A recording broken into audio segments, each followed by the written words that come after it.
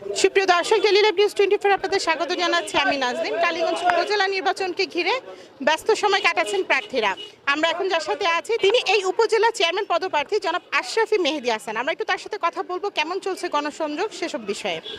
আসসালামু আলাইকুম ভাইয়া। জি, ওয়ালাইকুম আসসালাম। দেখুন, এখন তো গণসংযোগটা খুব সীমিত পরিসরে করতে হচ্ছে, যেহেতু এখনো আমাদের আগামী 23 তারিখে আমরা প্রতীক পাবো।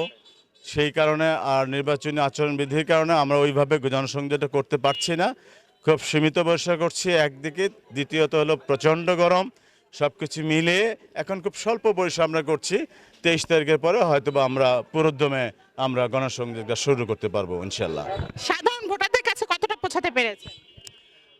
চেষ্টা করছি বেশ কিছুদিন পূর্বে থেকে মানুষের কাছে পৌঁছানোর জন্য, মানুষের কাছে নিজেকে উপস্থাপন করার জন্য। যেহেতু আমি 40-42 বছর যাবৎ ছাত্র রাজনীতি থেকে শুরু করে আজকে আওয়ামী লীগের গাজীপুর জেলার যুগ্ম সাধারণ সম্পাদক হিসেবে দায়িত্ব পালন করছি, বিভিন্ন সময় বিভিন্ন নির্বাচনের মাধ্যমে ইতিমধ্যে জনগণের মধ্যে আছি। 2009 সালে ভাইস চেয়ারম্যান ছিলাম।